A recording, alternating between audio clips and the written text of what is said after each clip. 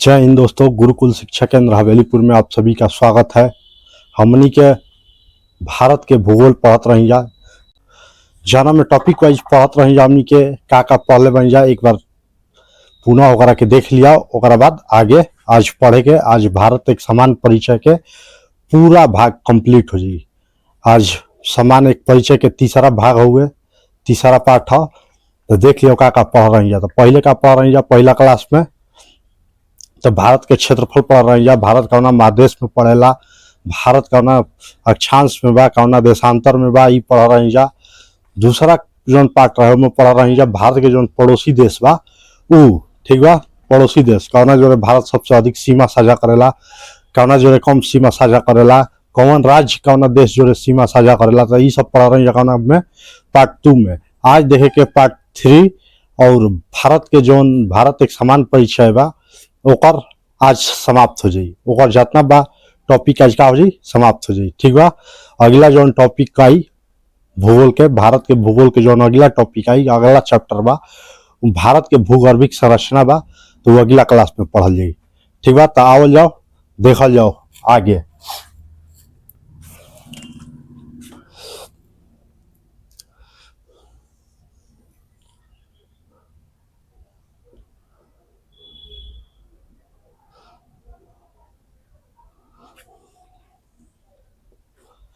भारत के तटीय राज्य पढ़ रही जा। तटीय राज्य की संख्या कौ बा? 9 को।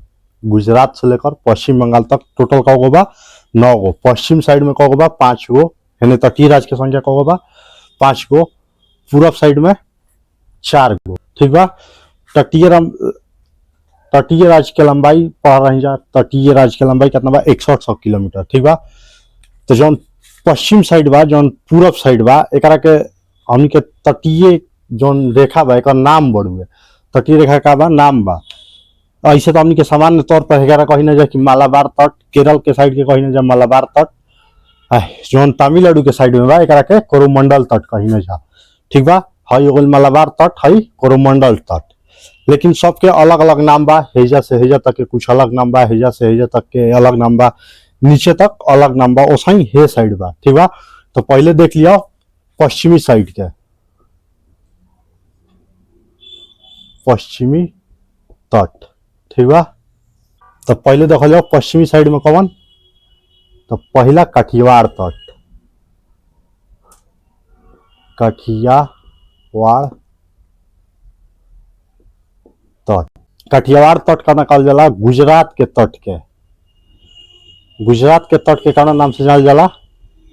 कठियावाड़ तट के नाम से। गुजरात के तट के कठियावाड़ तट के नाम से। अब दूसरा देखा जाओ कोंकण तट, कोंकण तट, ठीक बा। दमन से लेकर गोवा तक, दमन से लेकर गोवा तक के तट के का कहला? कोंकण तट। दमन से लेकर गोवा तक के तट के कोंकण तट, ठीक बा। गुजरात वाला तट के कठियावाड़ तट, ठीक बा। अब तीसरा केनेरा तट, ठीक बा। केनेरा तट कहां से कहां तक बा? गोवा से लेकर कर्नाटक के मंगलुरु तक के तट के का कहल जाला? केनेरा तट। गोवा से लेकर कर्नाटक के मंगलुरु तक के तट के का कहल जाला? केनेरा तट, ठीक बा। कठियावाड़ तट कहना के गुजरात के जोन भाग बढ़ुए, जोन समुद्र से सीमा टच करता ओकरा के कठियावाड़ तट। कोंकण तट कहना कहल जाला? तो दमन से लेकर गोवा तक के तट के कोंकण तट। केनेरा तट कहना कहल जाला? तो गोवा से लेकर कर्नाटक के मंगलुरु तक के तट के कौन हो गई? केनेरा तट, ठीक बा। यहाँ तक सब क्लियर बा। ओकरा बाद 4 नंबर बढ़ुए मालाबार तट, ठीक बा। मालाबार तट कहां से कहां तक बा? तो मंगलुरु से लेकर केरल तक, केरल के पूरा भाग के का कहल जाला? मालाबार तट। मंगलुरु के आगे जितना नीचे बा पश्चिम साइड में, ये सब के का कहल जाला? मालाबार तट। ऐसे हमनी के सामान्य भाषा में हेजा से हेजा बोल दी कि पश्चिमी घाट के मालाबार तट कहल जाला, लेकिन मालाबार तट पश्चिमी घाट के पूरा भाग के ना कहल जाला, ऊपर वाला भाग के कहल जाला कठियावाड़, ओकरा नीचे वाला कोंकण, तो महाराष्ट्र का नाम आ जाई कोंकणे में आ जाई। फिर केनेरा आ जाला तो कहाँ तक आ जाला मंगलुरु तक, गोवा से मंगलुरु तक, ओकरा बाद मलाबार आ गई कहाँ से मंगलुरु से पूरा केरल। तो ई हो गई पश्चिमी घाट के, ठीक बा। अब देखा जाओ पूर्वी घाट, पूर्वी घाट चाहे तट, ठीक बा।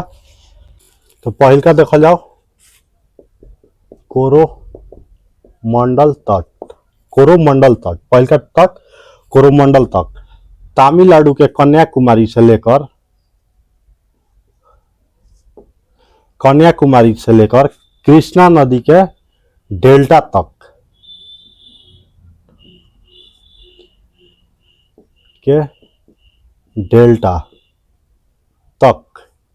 के हई जौन तट बा एकरा का नाम से जाला कोरोमंडल तट, ठीक बा।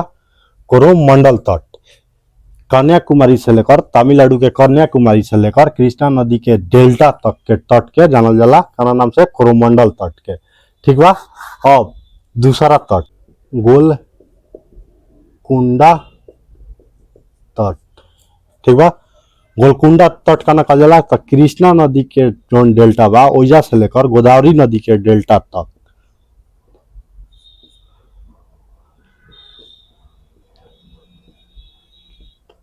ठीक बा। कृष्णा नदी के डेल्टा से लेकर गोदावरी नदी के डेल्टा तक के तट के का कहल जाला तो गोलकुंडा तट, ठीक बा।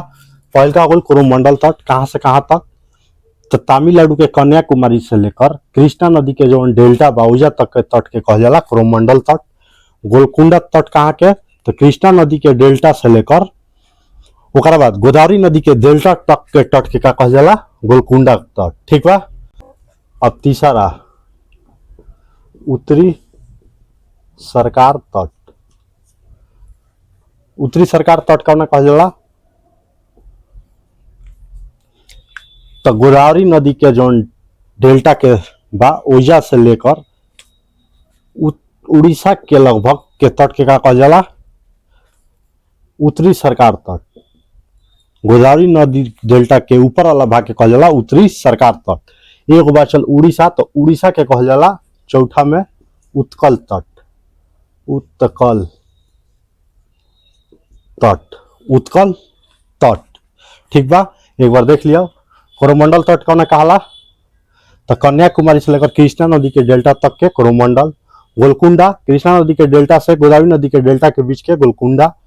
गोदावरी नदी डेल्टा के ऊपर के भाग के उत्तरी सरकार। उड़ीसा के तट के कहल जाला उत्कल तट। तो यहाँ तक तट के बारे में जानकारी पूरा हो गई हुई। ओकरा बाद पहला समुद्री पड़ोसी देश कौन हो गई श्रीलंका, दूसरा हो गई है जा मालदीव, हई हो गई मालदीव, ठीक बा। तो ऐसे देवेला कि भारत के साथ कितने ऐसे समुद्री पड़ोसी देश हैं, तो दूगो मालदीव और श्रीलंका, मालदीव और श्रीलंका। लेकिन अंडमान निकोबार का जौन हेजा बा अंडमान निकोबार से एगो तो बनावेला इंडोनेशिया आ एगो थाईलैंड, ठीक बा। इंडोनेशिया और थाईलैंड, इंडोनेशिया और थाईलैंड तो यो कहना से सीमा साझा करेला तो अंडमान निकोबार से। तो अंडमान निकोबार के पास ही पड़ जाला। एगो म्यांमार बा, तो म्यांमार भारत के साथ में स्थलीय और जलीय दोनों सीमा साझा करेला। म्यांमार, फिर से यहाँ बांग्लादेश बा, बांग्लादेश आ एगो पाकिस्तान। भारत के साथ में स्थलीय और जलीय सीमा साझा करे वाला तीन गो देश कौन कौन, पाकिस्तान, बांग्लादेश और म्यांमार। पाकिस्तान, बांग्लादेश और म्यांमार भारत के दूगो कौन बड़ुए पड़ोसी जलीय पड़ोसी देश, तो एगो हो श्रीलंका, दूसरा मालदीव। श्रीलंका, मालदीव। अंडमान निकोबार के पास कौन जलीय देश बा जो सीमा साझा करेला तो कौन हो जाए एगो इंडोनेशिया, एगो थाईलैंड, ठीक बा। एजा तक क्लियर हो गई हुई। ओकरा बाद आगे देखे के कि भारत पाकिस्तान के बीच कौन रेखा बा, भारत चीन के बीच कौन रेखा बा, ओकर निर्धारण कब भइल है तो ई देख लिया, ठीक बा। एकरा के मिटा देतनी। पहला भारत पाकिस्तान,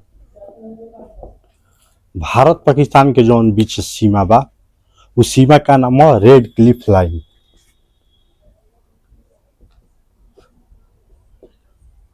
रेड क्लिफ रेखा, ठीक बा। रेड क्लिफ रेखा एक निर्धारण कब हो जाए? तो 17 अगस्त 1947। रेड क्लिफ रेखा के निर्धारण कब हो जाए? 17 अगस्त 1947। जब भारत के जब विभाजन भई है, भारत के जब विभाजन भई है तो हई हो गई पाकिस्तान आ हेजा बटाइल पूर्वी पाकिस्तान। एगो पाकिस्तान एगो पूर्वी पाकिस्तान। तो जौन आज के डेट में बांग्लादेश बा ओकर पहले का नाम रहे पूर्वी पाकिस्तान। तो एकरो सीमा के नाम का रहे? Red Cliff line. एकरो का नाम रहे रेड क्लिफ लाइन। तो एकर निर्धारण कब हो? 17 अगस्त 1947 के। 17 अगस्त 1947 के। ओकरा बाद जौन ई बांग्लादेश बा कब नाम पड़ल? तो बाद में पहले एकर पूर्वी पाकिस्तान नाम रहे। एकरा बीच जौन सीमा के निर्धारण रहे रेड क्लिफ लाइन के नाम से जानल जाता है। बाद में जब बांग्लादेश एकर नाम कब पड़ल? 16 दिसंबर 1971। इंदिरा गांधी जी के सरकार रहे। पाकिस्तान से तोड़ के बनावल गई एगो अलग देश के निर्माण भइल जौना के नाम पड़ल बांग्लादेश, ठीक बा। तो ये हो गई भारत पाकिस्तान के बीच कौन रेखा बा? तो रेड क्लिफ रेखा बा। एक निर्धारण कब हो जाए? 17 अगस्त 1947 के, ठीक बा। ओकरा बाद भारत चीन,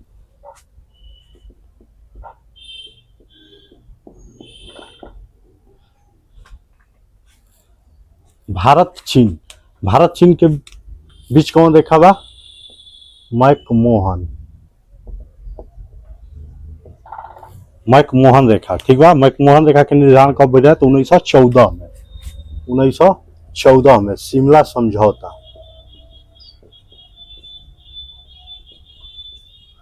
शिमला समझौता भई जाए 1914 में। वही घड़ी मैकमोहन रेखा के निर्धारण हो जाए। कौन कौन देश के बीच सीमा बनावेला मैकमोहन रेखा? तो भारत और चीन के बीच। भारत और चीन के बीच मैकमोहन रेखा मुख्य रूप से अगर सीमा बनावेला तो कहाँ? अरुणाचल प्रदेश के साथ, ठीक बा। एजा तक क्लियर हुई। पहले अरुणाचल प्रदेश के कौन नाम से जाना जाता है? नेफा के नाम से। असम के कौन नाम से जाना जाता है? कामरूप के नाम से। अरुणाचल प्रदेश के नेफा के नाम से। तो ये सब याद रखे के हुई। ओकरा बाद एजा तक क्लियर बा। ओकरा बाद भारत और नेपाल, भारत नेपाल के बीच के सीमा के भारतीय नेपाल सीमा कहल जाला, ठीक बा।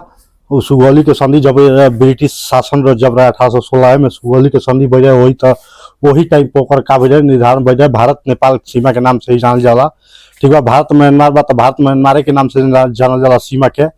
जौन की आराकानी योमा एगो पर्वत बा तो पर्वत जब पड़े के तो पर्वत जौन बा उ सीमा बनावेला। नदी जब पड़े के तो इरावदी नदी भी म्यांमार के सीमा बनावेला भारत के साथ।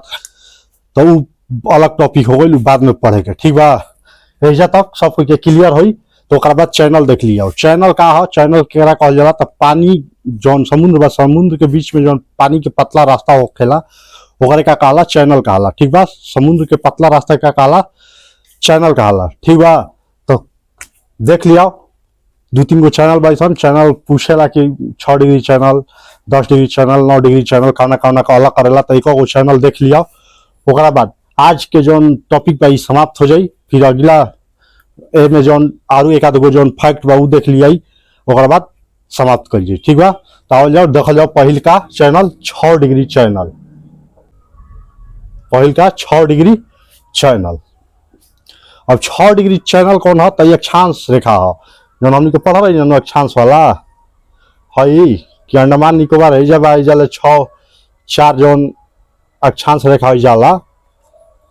तो वह 6 डिग्री जौन चैनल बोलवे कौना कौना के अलग करेला ये देखे के बा, ठीक बा। तो 6 डिग्री कौना के अलग करेला? ग्रेट निकोबार के सुमात्रा से अलग करता है, ठीक बा। जौन 6 डिग्री चैनल बा कौना कौना के बीच बा? ग्रेट निकोबार और सुमात्रा। ग्रेट निकोबार हो गई भारत के, सुमात्रा कहाँ के हो गई? इंडोनेशिया के। बतैले रही कहा जौन बड़े अंडमान निकोबार हेजा सबसे ग्रेट निकोबार है। सबसे अंतिम अंडमान निकोबार के बाद कौन है? ग्रेट निकोबार। हेजा कौन बा? इंडोनेशिया। तो जौन 6 डिग्री चैनल बा ये दोनों के बीच में बा कौना कौना अलग करेला? ग्रेट निकोबार के और सुमात्रा के, ठीक बा। याद रखे के हुई। ओकरा बाद बा 10 डिग्री चैनल। ई करेला अंडमान के निकोबार से। 10 डिग्री जो चैनल बढ़ुए कहना के अलग करेला अंडमान के निकोबार से। 10 डिग्री कहना के अलग करेला अंडमान के से 10 डिग्री अंडमान के निकोबार से अलग करेला। ठीक बा, तो दूगो याद हो गई लोई। 6 डिग्री चैनल ग्रेट निकोबार के सुमात्रा से अलग करेला। ठीक बा, 10 डिग्री चैनल अंडमान के निकोबार से अलग करेला। अब एक बढ़ुए दक्कन पास। दक्कन पास तो ई दक्षिणी अंडमान के